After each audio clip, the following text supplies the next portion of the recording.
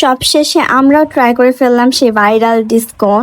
এই আইসক্রিমটা এত বেশি হাইপে ছিল, এত বেশি মানুষ কিনেছে খেয়েছে যে আমি আমার এলাকায় কোথাও হচ্ছে আইসক্রিমটা খুঁজেই পাইনি। তো অবশেষে হচ্ছে একটা দোকানে পাই অনেকদিন বাদে।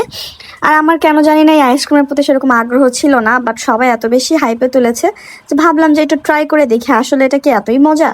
তো আইসক্রিমটা খোলার পর দেখি উপরে একটা বড় চকলেটের লেয়ার ছিল। বেসিক্যালি এই চকলেটের লেয়ারটা একটু যাও মজা, বাট তারপরে থেকে হচ্ছে গিয়ে পুরোটা কফি ফ্লেভারের। সো আমার কাছে খুব বিশেষ কিছু লাগে না, মানুষ যেভাবে হাইপে তুলছিল বাট সেরকম কিছু না। কেমন খেতে? মজা।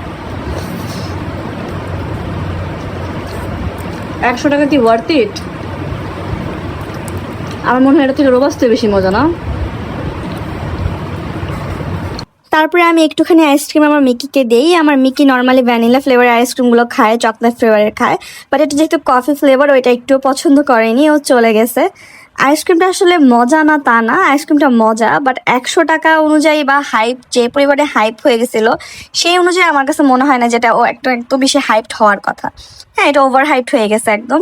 বাট আইসক্রিমটা তুলনামূলক মজা, জাস্ট উপরে কোটিংটাই সবচেয়ে বেশি মজা ছিল, বাট পরে পুরাটুকি নর্মাল কোনো আইসক্রিমের মতনই, জাস্ট কফি ফ্লেভারের আর কি।